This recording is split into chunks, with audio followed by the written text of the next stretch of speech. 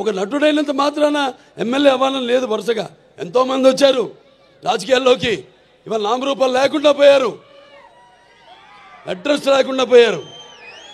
కానీ ఇవాళ ఇక్కడ పనులు చేశాం కాబట్టి నన్ను గెలిపించారు. ఊరికేదో సినిమా యాక్టర్ లేకపోతే రామారావు అబ్బాయి అయినంత మాత్రాన పనులు చేయాలి. ఎంతో కొంత మనం సమాజానికి కూడా మన వంతు బాధ్యత ఉంది ప్రతి ఒక్కరి మీద. అందరూ కూడా మన వంతు మనం సంపాదించిందే కాదు, ప్రజలకి ఎంత మనం తిరిగి సమాజానికి ఇచ్చాం అన్నది చాలా ముఖ్యం. ఎన్నో పాత్రలు చేశాను నేను, అద్భుతమైన పాత్రలు. నాన్నగారు కూడా చేయలేని పాత్రలు, చేయాలనుకున్నా చేయలేని పాత్రలు చేశాను. అందులో ముఖ్యంగా గౌతమిపుత్ర సాధకర్ణి సినిమా. ఆ సినిమా నాన్నగారు చేద్దామనుకున్నారు, కొన్ని అనివార్య కారణాల వల్ల చేయలేకపోయారు. ఆ సినిమాను నేను చేయడం తటస్థించింది. మరి ఇవాళ మనం ఉగాది జరుపుకుంటామంటే ఒక కాలమాన పట్టిక మన హిందువులకి మనం ఒక శకాన్ని ఏర్పరిచింది ఆ శాలివాహన శకం. ఇక సినిమాల జోలికి వస్తే నా నట జీవితంలో ఎన్నో పాత్రలు చేశాను, మీకు చెప్పాను. చరిత్ర సృష్టించాలన్న నేనే, దాన్ని తిరిగి రాయాలన్న నేనే. అదే నా నినాదం, అదే నా సంతకం. అందరికి నమస్కారం అండి. నా పేరు బైపు రామకృష్ణ, విజయవాడ పశ్చిమ నియోజకవర్గం జనసేన పార్టీ మరియు మెగాస్టార్ చిరంజీవి గారి అభిమాని. ముందు చిరంజీవి గారి ద్వారానే మనందరం జనసేన కార్యకర్తలు అయ్యాం, పవన్ కళ్యాణ్ గారి అభిమానులు అయ్యాం.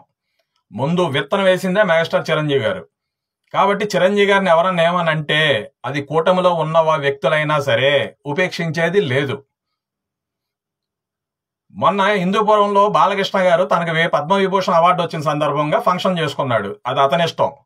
ఒక తెలుగువాడికి అవార్డు రావడం తెలుగువాడిగా నేను గర్విస్తున్నా, మనస్ఫూర్తిగా స్వాగతించా. కానీ అతను ఆ విలువ నిలబెట్టుకోవాలా.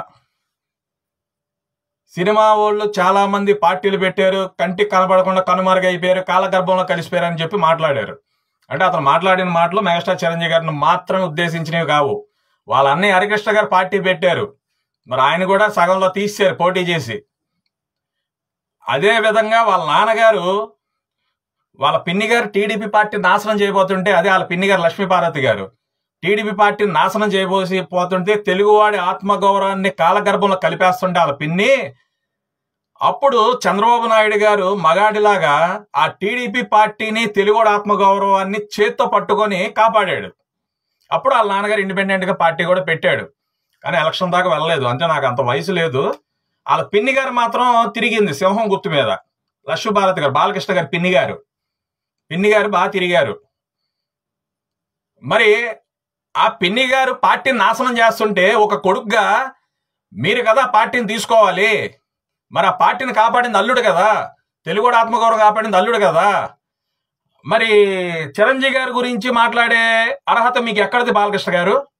మీరంటే మాకు ఇష్టం అండి, మేము కూటమిలో ఉన్నాం. 15 ఏళ్ళలో 30 ఏళ్ళలో 50 ఏళ్ళలో నేను పోయినా, నా కొడుకు బతికున్నా, నా కొడుకు తర్వాత ఇంకో కొడుకు వచ్చినా మీ కూటమి మా పవన్ కళ్యాణ్ ఎవరు కోట ఏమంటే అలాగే వేస్తాం. అందులో మేము రిమార్క్ ఏం లేదు. కేవలం ఒక మీరు చేసిన విమర్శకు మాత్రమే మేము ప్రతి విమర్శ చేస్తున్నా, జవాబు చెబుతున్నా. చిరంజీవి గారు రాత్రికి రాత్రి తండ్రిని అడ్డం పెట్టుకొని అతను స్టార్ అవ్వాల. అతను తండ్రిని అడ్డం పెట్టుకొని, తండ్రి నిర్మించిన పార్టీని అడ్డం పెట్టుకొని అతను కొనసాగట్ల ఎమ్మెల్యేగా. చిరంజీవి గారు స్టార్ డెంబ్ అనేది అతని చెమట, అతను చిందించిన రక్తం, అతని శ్రమ, అతని కష్టం, అతని ఆకలి పస్తులు ఇవన్నీ కలిపితే చిరంజీవి గారు మెగాస్టార్ అయ్యారండి. చిరంజీవి గారు మెగాస్టార్ అవుతున్నారు, ఇంక ఇండస్ట్రీకి నాతో అవసరం లేదని మీ నాన్నగారు రామారావు గారు పార్టీ పెట్టారండి. చిరంజీవి ఇండస్ట్రీలో ఉన్నాడు, తెలుగు ఇండస్ట్రీలో ఒక మగాడు వచ్చాడు, ఇంక నాతో అవసరం లేదు అని మీ నాన్నగారు పార్టీ పెట్టారండి. అదే విధంగా చిరంజీవి గారి ప్రజారాజ్యం తన సొంత రెక్కల కష్టంతో పెట్టాడండి. ఆ రెక్కల కష్టమే ఆ రోజు మీ పార్టీని ఓడించిందండి.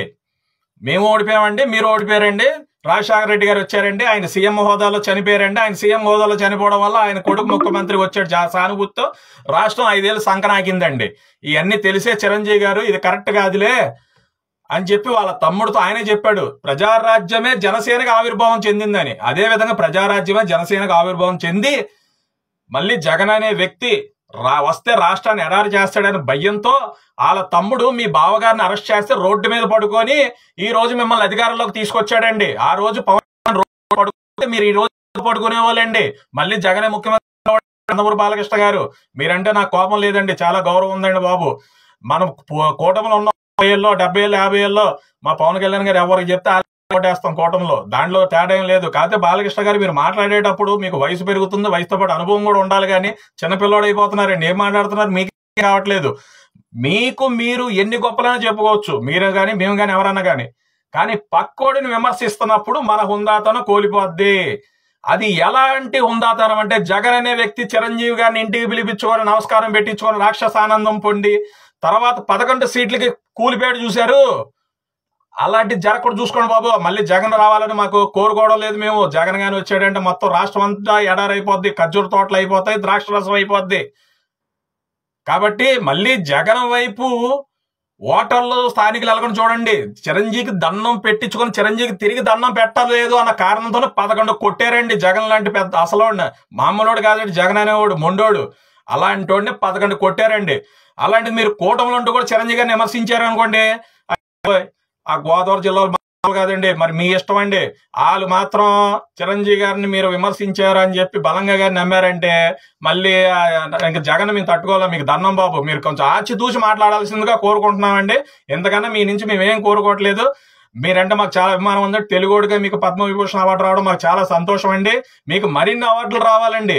ఈ ఒక్క అవార్డుతోనే మీరు ఆగిపోరు. మీరు గొప్ప నటులు, మీరు వరుసగా 4 సినిమాలు ఇట్లు కొట్టారు. తెలుగు ఇండస్ట్రీలో ఎవరికి లేవు అసలు 4 సినిమాలు ఇట్లా అనేది ఎవరికి తెలియదు కూడా, మీరే కనిపెట్టారండి బాబు. కాబట్టి దయచేసి మీరు ఇంకోసారి పవన్ కళ్యాణ్ గారిని కానీ చిరంజీవి గారిని కానీ మెగా ఫ్యామిలీ ఉద్దేశం ఏమనమాకండి. చిరంజీవి గారిని మాత్రం ఎట్టి పరిస్థితులు అనమాకండి. చిరంజీవి గారిని అవమానించి ప్రతి ఒక్కడు నేల మీద పడిపోతున్నాడండి. అలాగా మీరు నేల మీద పడిపోయి మళ్ళీ జగన్ తీసుకొచ్చారంటే జగన్ వచ్చి మన ఎత్తి మీద ఎక్కుతాడు. దయచేసి జగన్ వచ్చే అవకాశం ఇవ్వమాకండి. చిరంజీవి గారిని గౌరవించడం నేర్చుకోండి. అంతకన్నా మీ నుంచి మేము కోరుకునేది ఏం లేదు.